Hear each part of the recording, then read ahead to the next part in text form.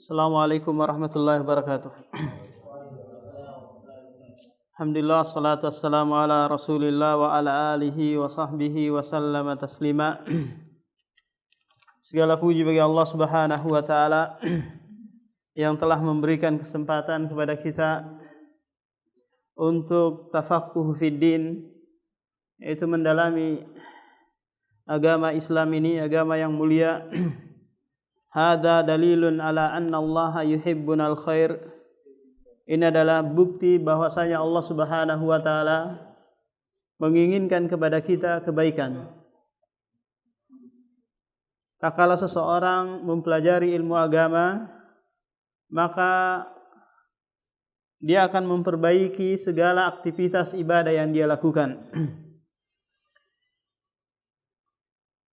Insyaallah pada pagi hari ini tanggal 21 Ramadan 1440 Hijriah, kita mulai muqaddimah daurah kita.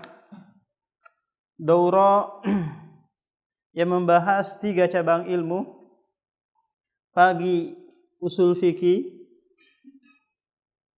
habis asar mustalahul hadis, ba'da subuh qawaidul fiqhiyah.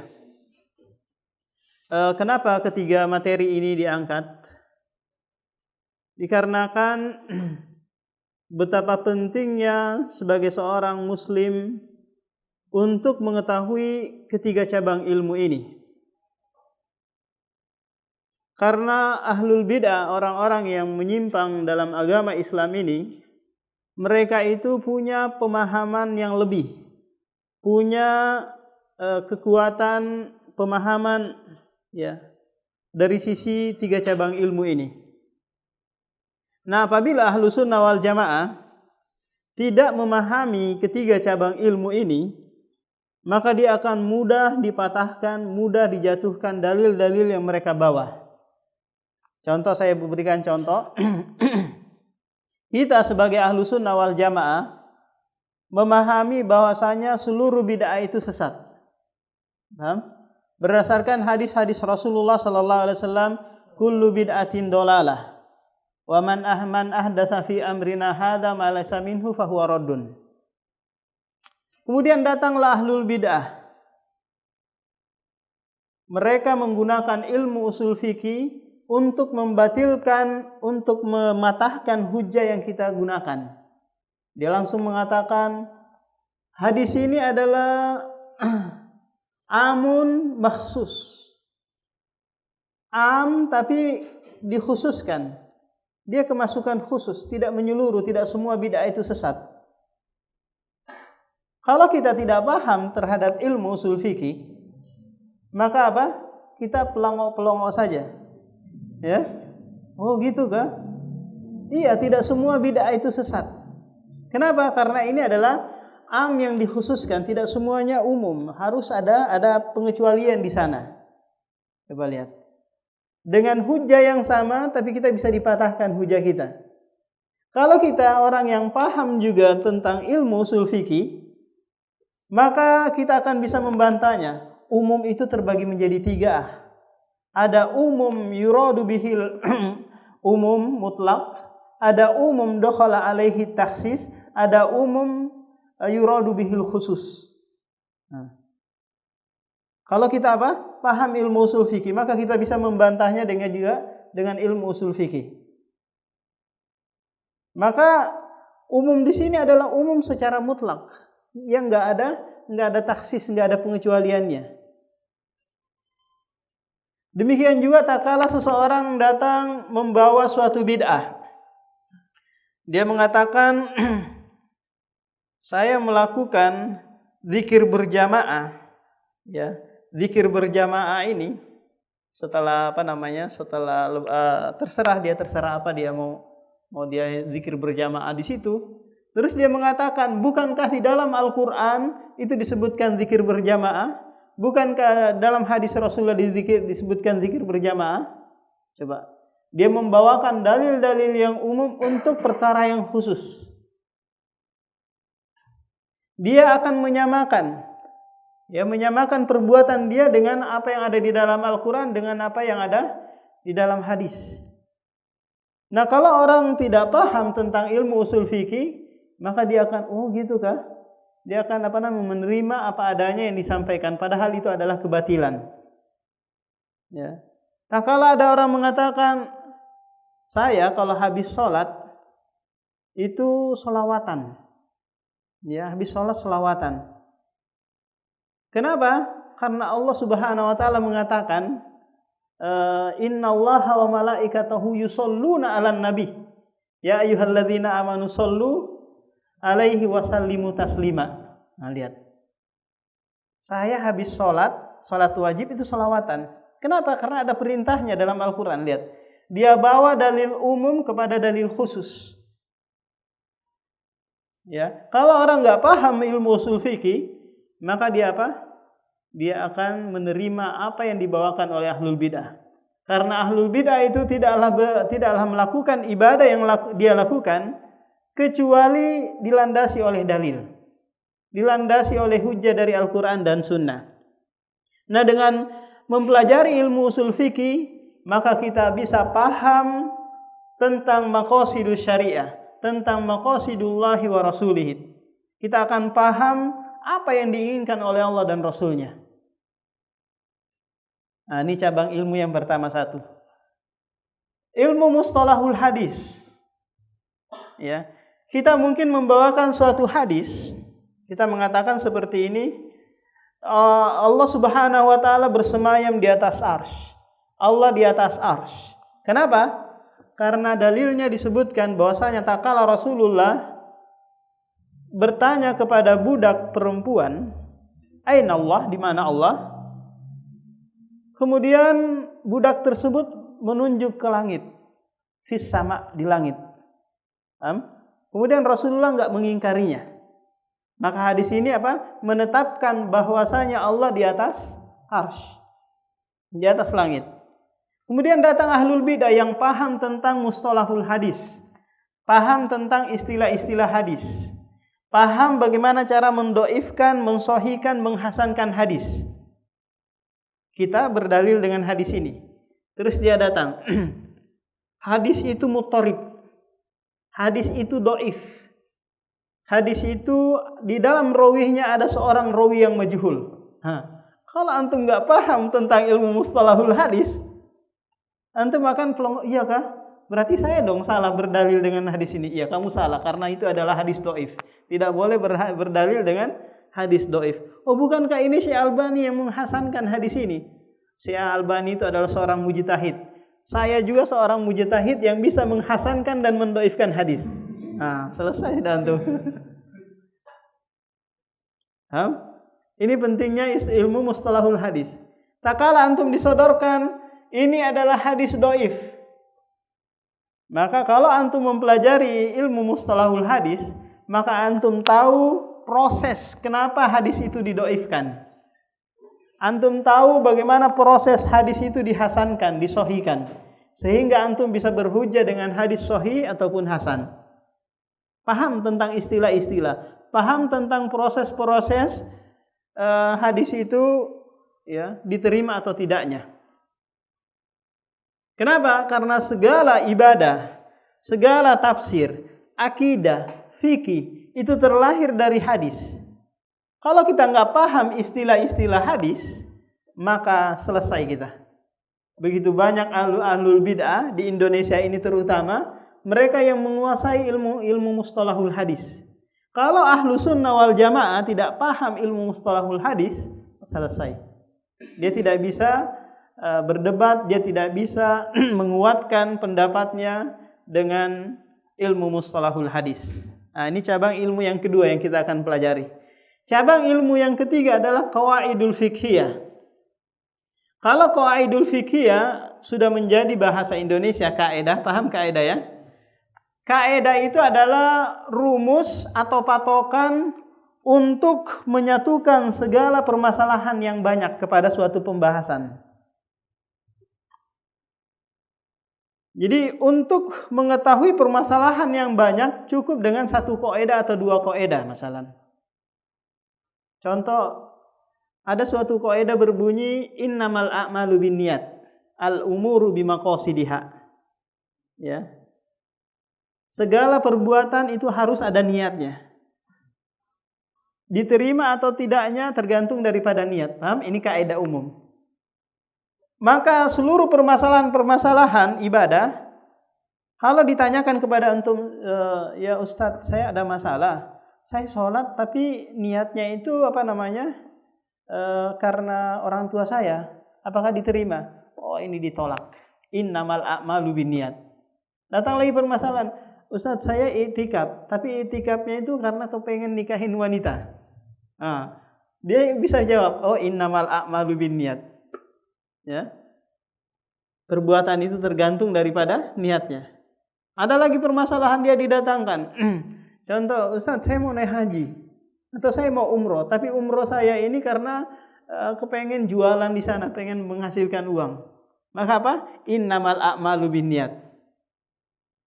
Jadi permasalahan yang banyak itu bisa diselesaikan dengan satu kaidah atau dua kaidah. Jadi nggak usah pusing-pusing menghafal masalah-masalah, tapi cukup dengan mempelajari kaidah, maka akan bisa menyelesaikan permasalahan yang banyak.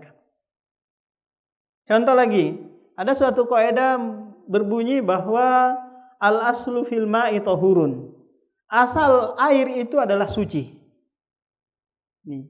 Kemudian didatangkan permasalahan-permasalahan. Saya menemukan air, Ustaz.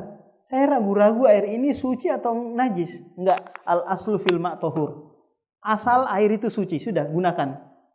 Dia lagi datang lagi ke suatu pedalaman, menemukan air payau. Paham air payau?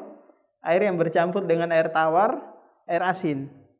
Rasanya setengah-setengah. Enggak asin, enggak juga tawar. Dia bingung, gimana ini? Karena dia punya kaidah al-aslu fil ma' tahurun, sehingga dia bisa menyelesaikan permasalahan-permasalahan yang banyak dengan kaidah. Nah, ini 3 cabang ilmu yang sangat penting untuk kita pelajari.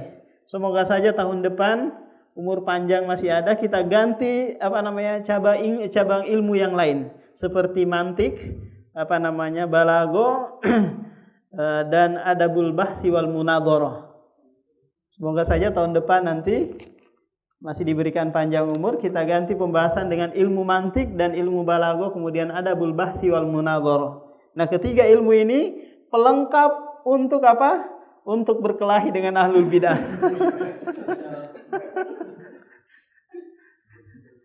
Nah, ilmu pelengkap untuk menguatkan segala dalil-dalil, hujah-hujah kita yang bersumber dari Al-Quran dan Sunnah. Kenapa? Karena sama-sama dalil ini. Ya, sama-sama dalil. Ahlul bidah juga membawa dalil dari Al-Quran, Ahlus Sunnah juga membawa dalil dari Al-Quran dan hadis. Akan tetapi tinggal proses pengolahan dari ilmu mustalahul hadis, ilmu usul fikih, ilmu mantik, ilmu balago, sehingga yang mana yang menang, yang mana yang kalah. Ngeyel-ngeyelan sudah nanti. Nah, pada pagi hari ini kita akan membahas ilmu usul fikih. Saya akan tulis dulu. Ada ini enggak penghapus? Dihapus dulu ini.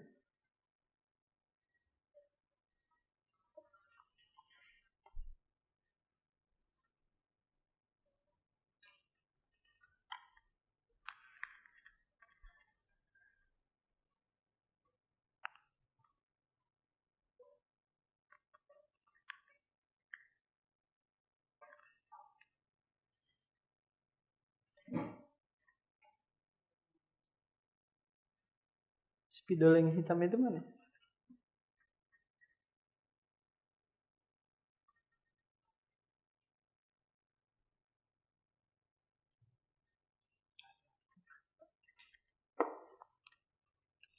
Ini betul di bawahnya.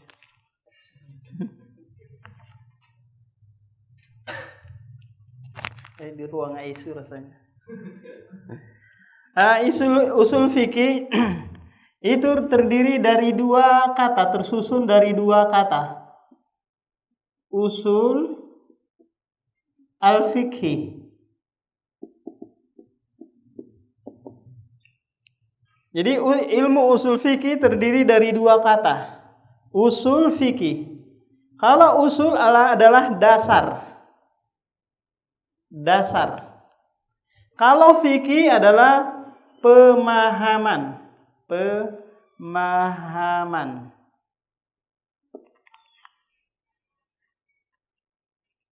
Jadi usul fikih terdiri dari dua kata. Usul fikih, dasar pemahaman.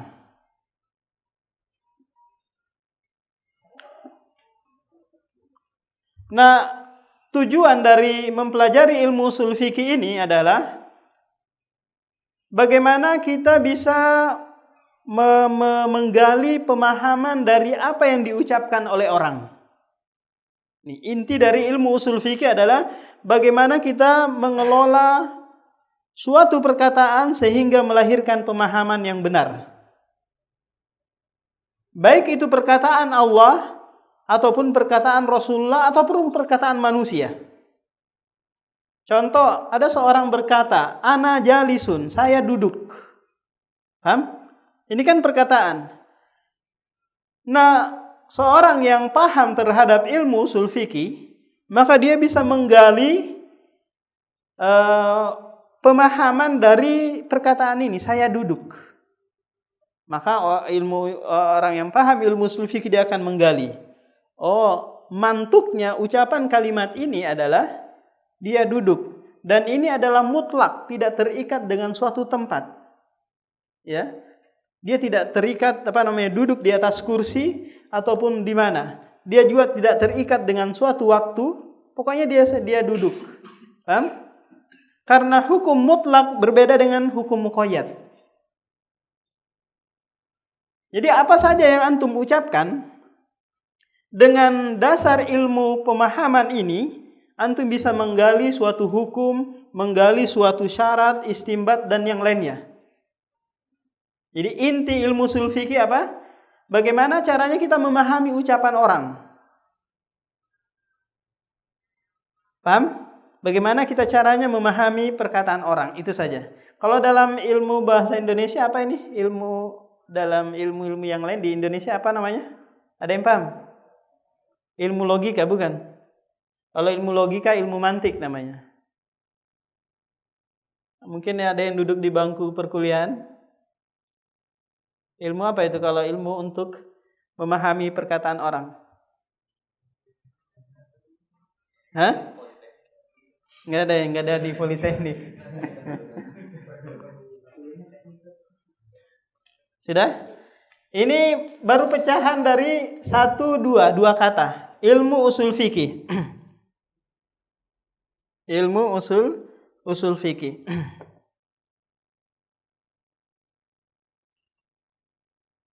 Nah, Rasulullah Shallallahu Alaihi Wasallam, demikian juga sahabat yang lain, mereka sudah menggunakan ilmu usul fikih.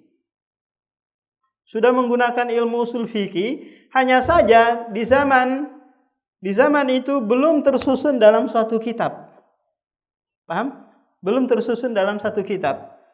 Tak kala Rasulullah disodorkan suatu permasalahan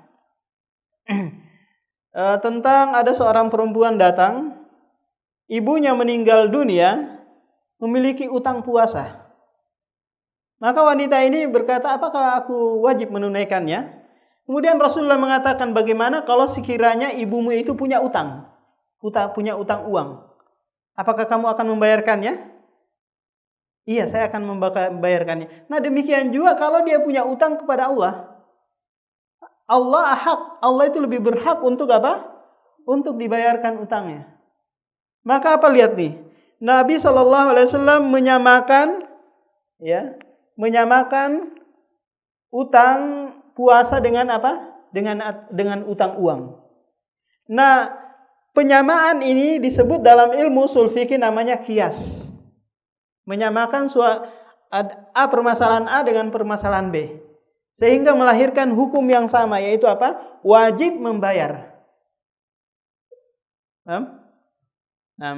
Demikian juga Umar bin Khattab dan sahabat yang lain, tak kala turun firman Allah Subhanahu wa taala, "Wa idza darabtum fil ardi Walaysa 'alaikum junahun an taqsuru minas sholati in khiftum ay yaftinakumul ladzina kafaru. Kata Allah Subhanahu wa taala, apabila kalian melakukan perjalanan di bumi, safar, maka tidak ada dosa atas kalian untuk mengqashar salat. Jika kalian takut untuk diganggu oleh orang kafir. Umar bin Khattab memahami ayat ini, kalau sekiranya kita tidak takut lagi, maka apa? Tidak ada kewajiban qashar. Tidak ada mengqashar salat. Ini yang dipahami. Disodorkanlah pemahaman Umar bin Khattab ini kepada Rasulullah. Maka kata Rasulullah, dzalika shadaqah, itu adalah shadaqah minallah. Faqbal shadaqah, terimalah shadaqah Allah. Umar bin Khattab radhiyallahu taala dia apa? Dia mengambil mafhum mukhalafa dari perkataan apa? Dari perkataan Allah. Pemahaman kebalikan. Kalau sekiranya kita tidak takut lagi, kita merasa aman sekarang, nggak ada orang kafir yang ganggu, berarti apa? Tidak ada qashar. Paham? Karena Allah mengikat bolehnya qashar itu tak kala diganggu oleh orang kafir. Nah ini. Umar bin Khattab menggunakan ilmu usul fikih untuk memahami firman Allah Subhanahu wa taala. Jadi ini pentingnya ilmu usul fikih adalah memahami ucapan seseorang. Baik itu Allah, perkataan Rasulullah ataupun perkataan siapa saja. Dengan ilmu usul fikih kita bisa memproses sehingga melahirkan suatu pemahaman yang benar. Nah, kitab talkhis yang ada ini, yang ada di hadapan kita ini adalah kitab yang ana susun untuk memudahkan diri ana pribadi awalnya, untuk memudahkan diri ana pribadi dalam memahami cabang ilmu ini. Kenapa? Karena di pondok pesantren dulu saya di Indonesia, Tasikmalaya, Pondok Iyahus Sunnah, susah memahami ilmu usul fikih karena ini adalah ilmu yang susah di pondok pesantren. Ilmu yang susah yang kedua setelah ilmu nahwu. Nah, kalau ilmu nahwu alhamdulillah sudah sudah selesai. Tapi ilmu usul fikih ini agak berat saya memahaminya. Sehingga saya membutuhkan ekstra kesungguhan untuk bisa memahami ilmu usul fikih ini. Sehingga saya merangkum dari berbagai kitab ketika di Yaman sana untuk memudahkan diri saya. Alhamdulillah juga sempat diajarkan 3 kali di Ma'rib kitab ini. Pak, seperti inilah daurah-daurah pas bulan Ramadan. Alhamdulillah 3 kali selesai menjelaskan kitab ini.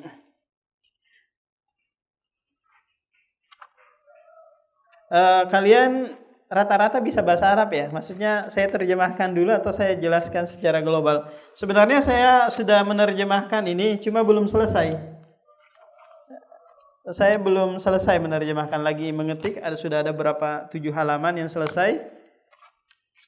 Gimana? Kalian mau sambil diterjemahkan atau dengarkan saja?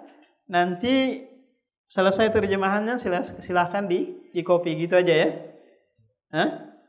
Selesai terjemahannya sudah ada semua dari awal gitu, cuma belum selesai.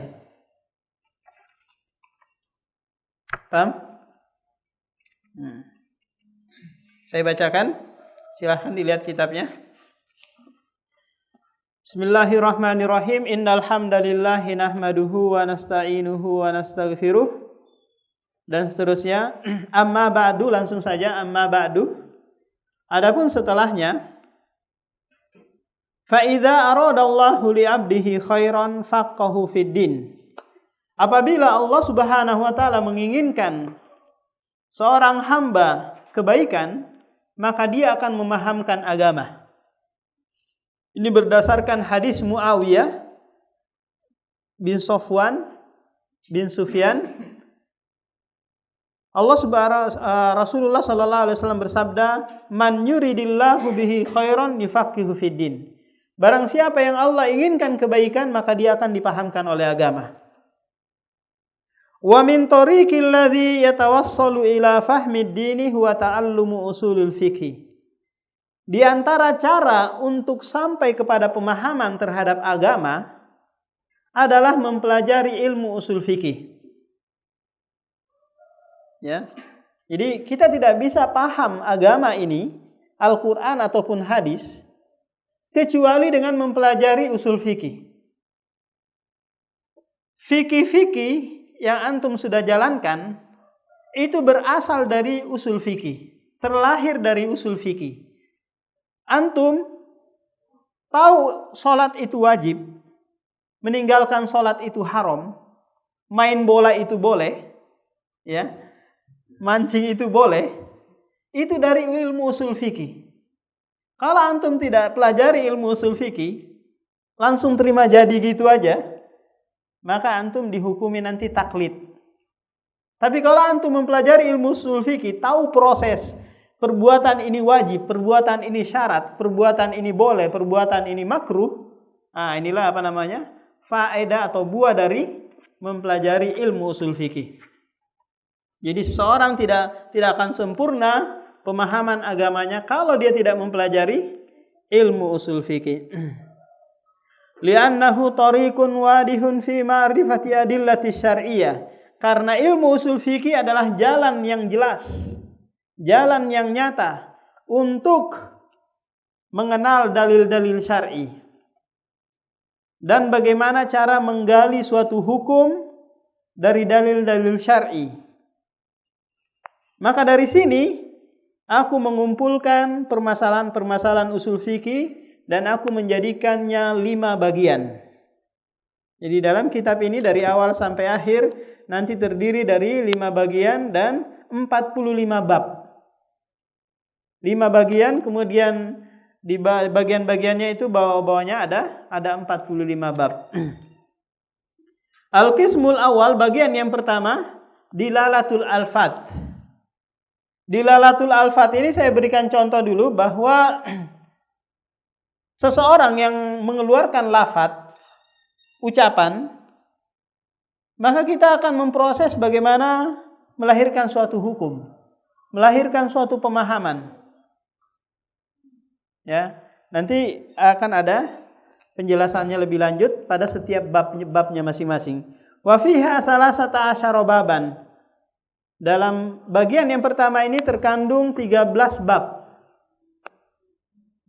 Al-qismu tsani, bagian yang kedua, ini tentang hukum syar'i. Hukum syar'i itu apa namanya? Halal, haram, makruh, mubah dan seterusnya, syarat, sabab dan yang lainnya. Ini di dalamnya terdapat 16 bab. Kemudian bagian yang ketiga, adillatul ahkam, dalil-dalil hukum. Dalil-dalil hukum itu baik Al-Quran, hadis, qiyas, ijma, dan yang lainnya. Ini terdapat 11 bab. Kemudian bagian yang keempat, ini terdiri dari ijtihad, taklid, wal ifta. Di dalamnya terdapat 3 bab. Kemudian yang terakhir itu adalah ma'rifatul huruf, yaitu mempelajari huruf-huruf. Kenapa penting untuk mempelajari makna-makna huruf? Karena seseorang yang mau memahami Al-Quran dan hadis, kalau dia tidak paham huruf-huruf, makna-makna huruf, maka dia akan apa? Dia tidak bisa mengambil pemahaman yang benar. Contoh, saya berikan contoh. Allah Subhanahu wa taala berfirman dalam surah Al-Maidah ayat 6, "Famsahu biru'usihikum." Usaplah kepala kalian. Di situ menggunakan huruf ba. Paham? Famsahu bi ru'usikum. Usaplah kepala kalian. Takala apa? Takala wudu. Datanglah Imam Syafi'i dan madhab Syafi'iyah mengatakan ba di sini maknanya adalah sebagian.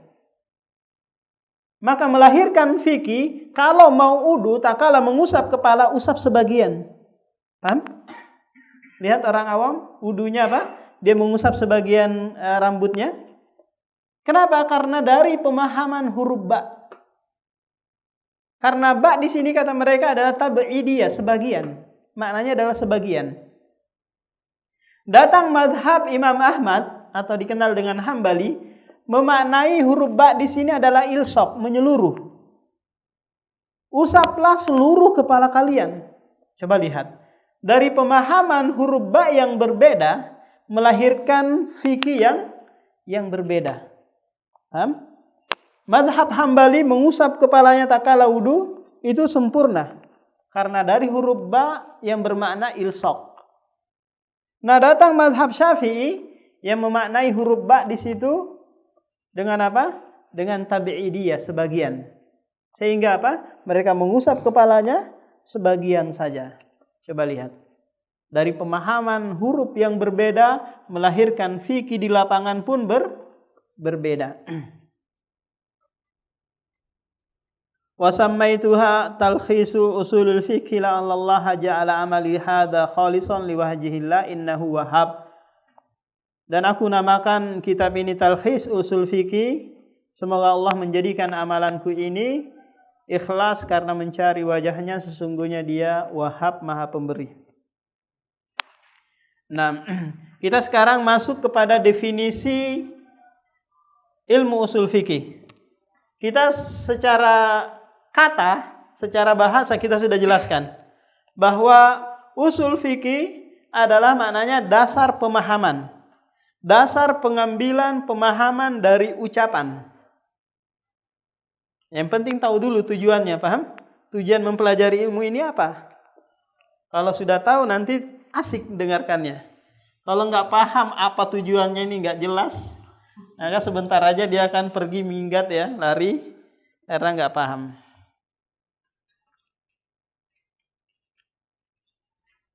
Usul fikih, kita kasih judul di atas sini. Ini secara istilah usul fikih. Nah, usul fikih secara istilah nanti meliputi 3 pembahasan. Dari awal kitab sampai akhir nanti meliputi 3 pembahasan ini.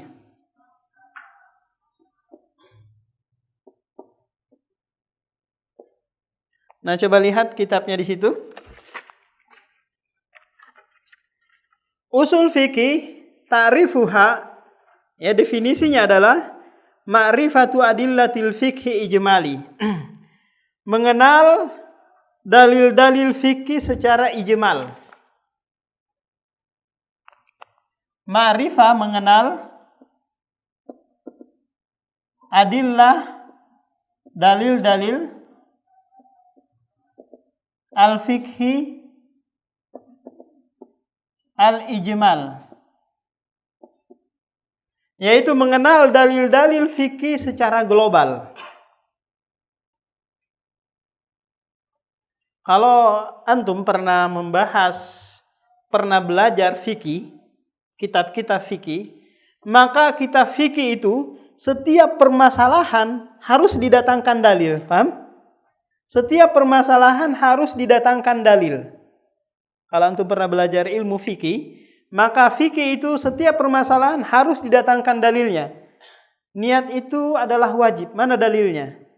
Takbiratul ihram itu rukun, mana dalilnya? Paham? Setiap permasalahan harus didatangkan dalil. Beda halnya dengan usul fikih. Dia hanya disebutkan 1 atau 2 dalil secara global saja. Ya, sebagai bentuk apa? Sebagai mimbabil misal, hanya sekedar contoh. Ya, sekedar contoh. Maka nanti di situ contoh-contohnya hanya 1 atau 2 saja. Tinggal nanti pengembangannya. Contoh kita berikan menyebutkan permasalahan nas.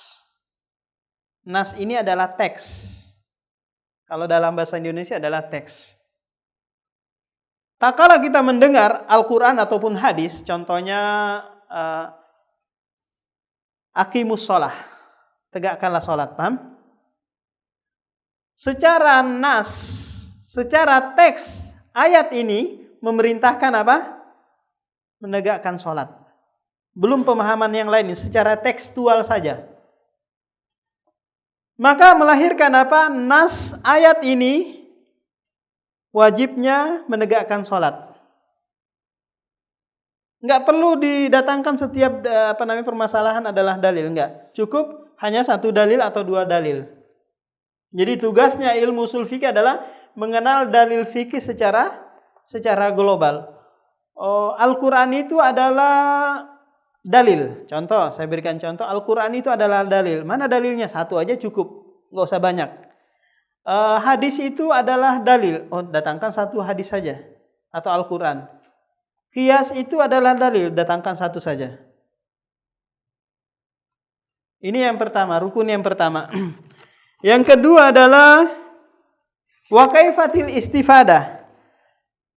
Bagaimana kaifiyah al-istifadah? Bagaimana cara mengambil faedah dari dalil-dalil? Dari dalil-dalil. Contoh, datang dalil dari Al-Quran. Nah, bagaimana prosesnya kita apa? Untuk melahirkan faedah. Contoh, Allah Subhanahu wa taala berfirman,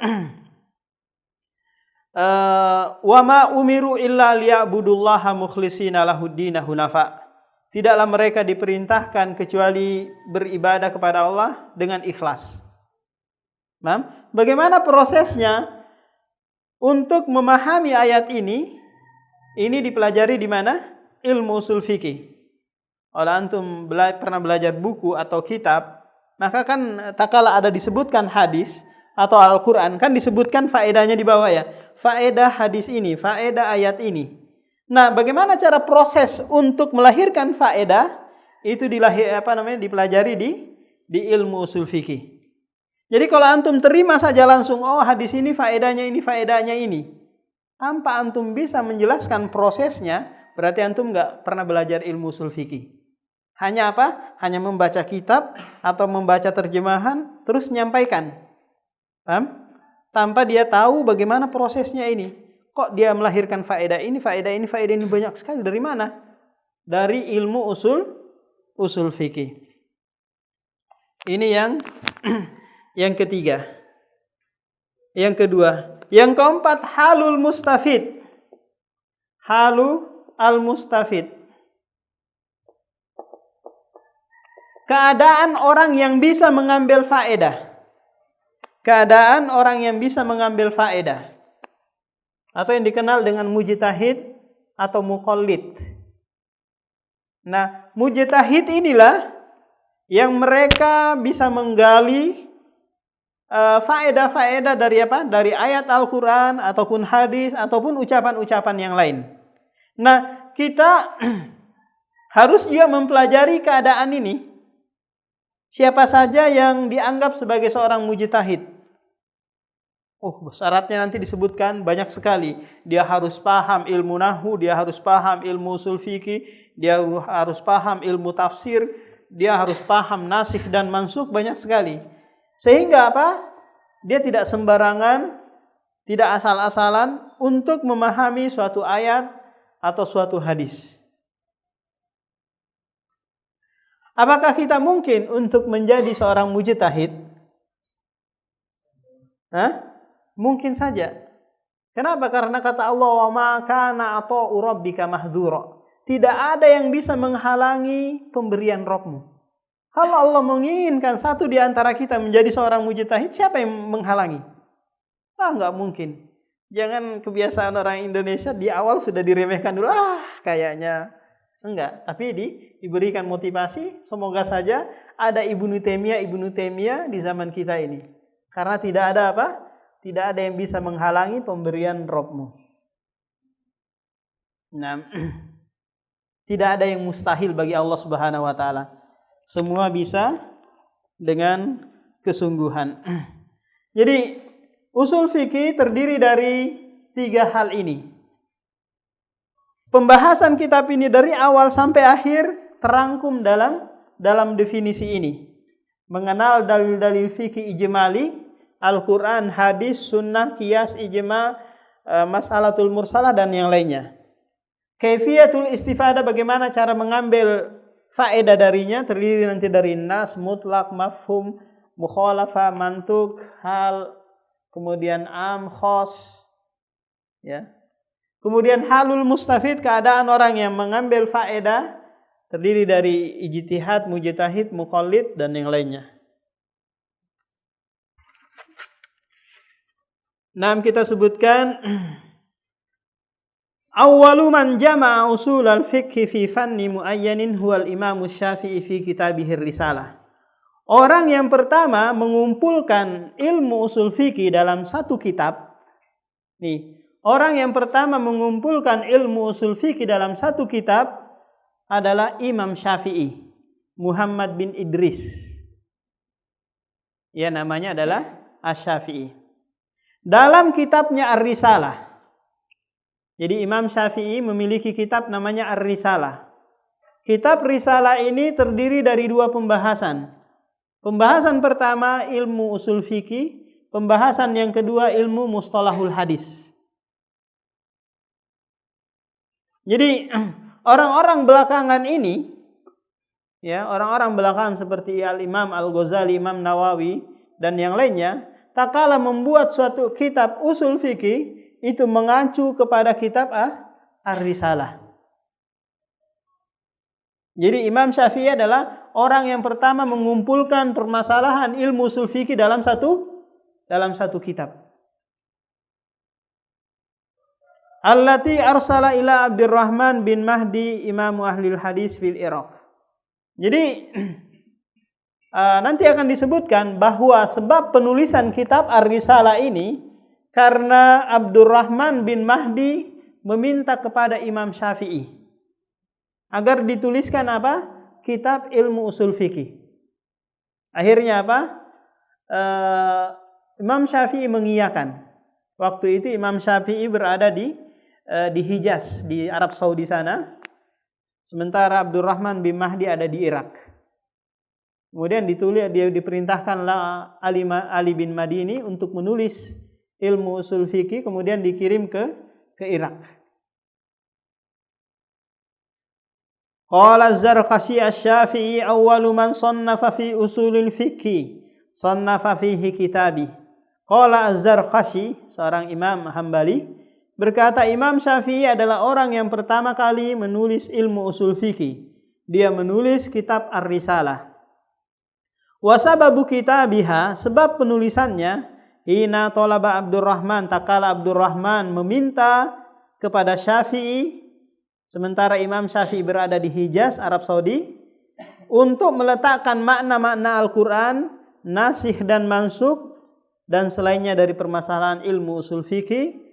Lalu Imam Syafi'i mengijabahi, kemudian memerintahkan Ali bin Madini untuk menulisnya, lantas membawanya ke Irak. Jadi kenapa Imam Syafi'i ini yang menjadi rujukan dalam ilmu usul fikih? Karena dia adalah orang yang menggabungkan dua madrasah di waktu itu. Metode pendidikan di zaman Imam Syafi'i itu ada dua. Pertama, madrasatu ahlil hadis yang dipimpin oleh Imam Malik di Madinah. Madrasatu ahli ra'i yang mengedepankan pemahaman, mengedepankan akal, itu dipimpin oleh Abu Hanifah di Irak. Jadi Imam Syafi'i untuk mempelajari madrasatu ahlil hadis, dia datang kepada Imam Malik berguru. Madrasatu ahlil hadis itu begini, menyampaikan hadis saja, haddasana fulan, haddasana fulan, haddasana fulan, qala Rasulullah sallallahu alaihi wasallam, disebutkan hadis tanpa disebutkan faedahnya, tanpa disebutkan bagaimana apa pemahaman dari hadis ini, enggak. Hanya apa? Dipaparkan saja. Paham? Ini madrasah ahlul hadis. Beda madrasah ahlul ra'yi. Ahlul ra'yi itu dia memproses. Apa pemahaman yang bisa diambil dari ayat ini, dari hadis ini. Enggak hanya sekedar apa? Menyebutkan hadisnya saja. Tapi dia proses, kemudian apa? Melahirkan suatu pemahaman. Ini yang dikenal dengan ilmu usul fikih. Akan tetapi Imam Syafi'i ya tidak ketemu dengan Abu Hanifah. Kenapa? Karena Abu Hanifah meninggal pada tahun 150 Hijriah bertepatan dengan lahirnya Imam Syafi'i. Jadi nggak ketemu. Ya. Akhirnya Imam Syafi'i belajar kepada muridnya Muhammad bin Hasan, Abdullah bin Yusuf dan yang lainnya. Nah, dari situlah Imam Syafi'i menggabungkan dua ilmu ini. Ilmu apa? Ilmu mustalahul hadis dan ilmu usul fikih dalam satu kitab yang berjudul apa? Ar-Risalah. Nah, kita sebutkan faedah-faedah mempelajari ilmu usul fikih. Faedah yang pertama, ayyastati'a ma'rifati turuqi istinbatil ahkami lil hawadisi al-mutajaddidah. Seorang yang mempelajari ilmu usul fikih, maka dia bisa mengetahui cara pengambilan suatu hukum dari dalil-dalil, kemudian menyamakan permasalahan yang ada saat ini. Coba, permasalahan bayi tabung itu tidak ada di zaman Nabi, tidak ada di zaman sahabat. Paham bayi tabung? Nah, ini apa hukumnya ini? Maka orang yang pintar dalam ilmu usul fikih dia akan menyamakan ilahnya sama ini.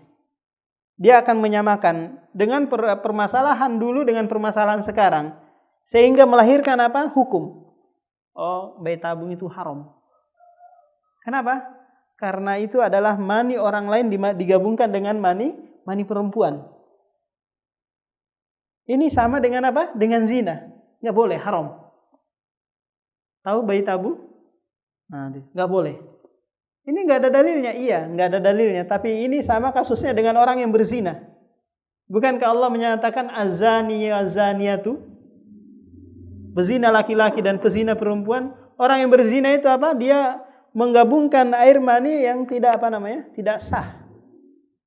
Tidak melalui jalur pernikahan. Dia berzina di luar apa? Di luar nikah. Maka hukumnya sama, haram, nggak boleh. Jadi orang yang pintar ilmu usul fikih bisa melahirkan suatu hukum terhadap permasalahan-permasalahan yang baru yang tidak ada di zaman Nabi. Kemudian faedah yang lain, ayyastati ayad'u ilallahi wa ila dinihi bi uslubin muqni. Dia mampu berdakwah kepada Allah dan kepada agamanya dengan uslub. Uslub itu cara yang baik. Dengan cara yang baik, bukan cara yang taklid. Dengar rekaman, baca majalah atau baca kitab langsung nyampaikan. Tak kala si majalah itu salah, tak kala si kitab itu salah, salah pula lah dia dalam menyampaikan. Kenapa? Karena dia nggak tahu, dia ikut-ikutan saja. Kan tetapi orang yang pintar ilmu usul fikih, dia bisa mengembangkan, dia bisa ambil satu hadis, dia sebutkan faedahnya, dia proses dengan ilmu apa? Dengan ilmu usul fikih yang dia miliki. Faedah yang ketiga, ayyastati ayyarifa tafsir al-Quran wal hadis. Ini faedah yang luar biasa. Dia mampu mengenal tafsir Al-Quran dan hadis. Dengan ilmu usul fikih, dia tahu tafsir Al-Quran. Dia tahu pemahaman hadis tersebut. Kenapa? Karena dia mempelajari ilmu usul fikih. Faedah yang keempat, a'zamu ajran li sahibihi. Besarnya pahala bagi orang yang mempelajari ilmu usul fikih. Kenapa? Karena dia beribadah di atas ilmu. Tak kala dia takbir Allahu Akbar, dia paham bahwasanya takbir ini adalah rukun. Tak kala dia sholat, dia paham sholat ini adalah wajib. Tak kala dia sholat sunnah, dia paham sholat sunnah ini adalah mustahab. Boleh saya tinggalkan, boleh saya kerjakan. Saya kerjakan dapat pahala. Dia landasi ibadahnya dengan apa? Dengan ilmu. Dia mau main bola. Oh, main bola ini adalah perkara yang mubah. Tapi mubah kalau melalaikan suatu hal yang wajib menjadi haram. Dia enggak berlebih-lebihan dalam mengerjakan suatu hal yang mubah. Sekedarnya saja. Dia mau main game. Oh, kayaknya mau main game malam-malam ini melalaikan saya sholat subuh. Dia tinggalkan perkara yang mubah tersebut. Kenapa? Karena bisa mengantarkan kepada suatu hal yang haram, yaitu meninggalkan yang wajib. Jadi orang yang paham ilmu usul fikih, Masya Allah, dia beribadah didasari oleh ilmu. Ya, ini adalah faedah-faedah dari mempelajari ilmu usul fikih yang akan memotivasi kita, akan mendorong kita untuk lebih giat lagi dalam memahami ilmu usul fikih ini. Nah, demikian muqaddimah yang bisa disampaikan. Saya nggak bisa full hari ini. Insya Allah besok bisa full karena ada kegiatan yang mendesak. Ada yang mau ditanyakan dulu?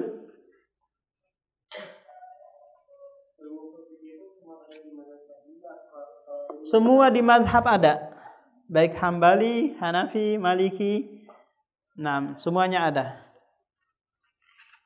Cuma ada perbedaan-perbedaan sedikit saja, enggak terlalu banyak. Seperti saya mempelajari usul fikih Hambali, usul fikih Syafi'i, usul fikih Maliki juga saya pelajari. Dan kitab-kitabnya banyak.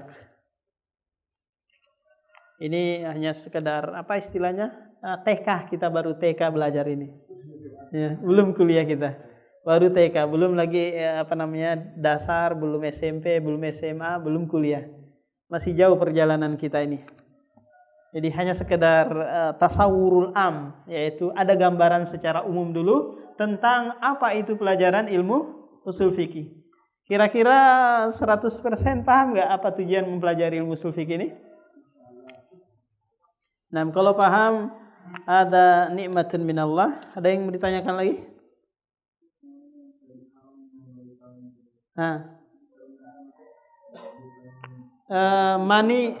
Mani laki-laki yang lain digabungkan dengan mani perempuan. Itu enggak haram, bukan zina berarti. Paham? Bukan zina.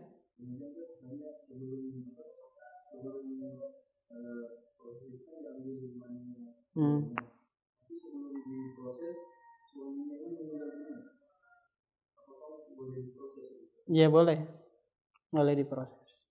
Berarti anak ini nanti lahir tanpa bapak, yatim kan? Sama dengan dia berhubungan dengan istrinya, ketemu gitu, terus meninggal dunia, mungkin meninggal dunia di saat berzina, saat berhubungan gitu, di saat berhubungan, maka nanti jadi ini dia lahir tanpa bapak gitu saja. Tapi itu halal. Ada yang lain? Jadi silahkan, mungkin mau lebih ini lagi, silahkan, ada terjemahannya ini, tapi belum selesai, saya lagi menerjemahkan terus. Ada pertanyaan lagi? Kalau tidak ada?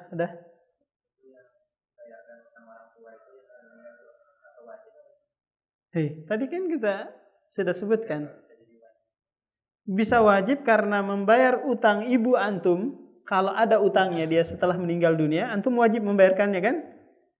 Wajib, itu tanggungan antum sebagai ahli waris. Meskipun gak ada harta yang ditinggalkan. Nah, sebagaimana nanti utang Allah itu lebih hak untuk ditunaikan.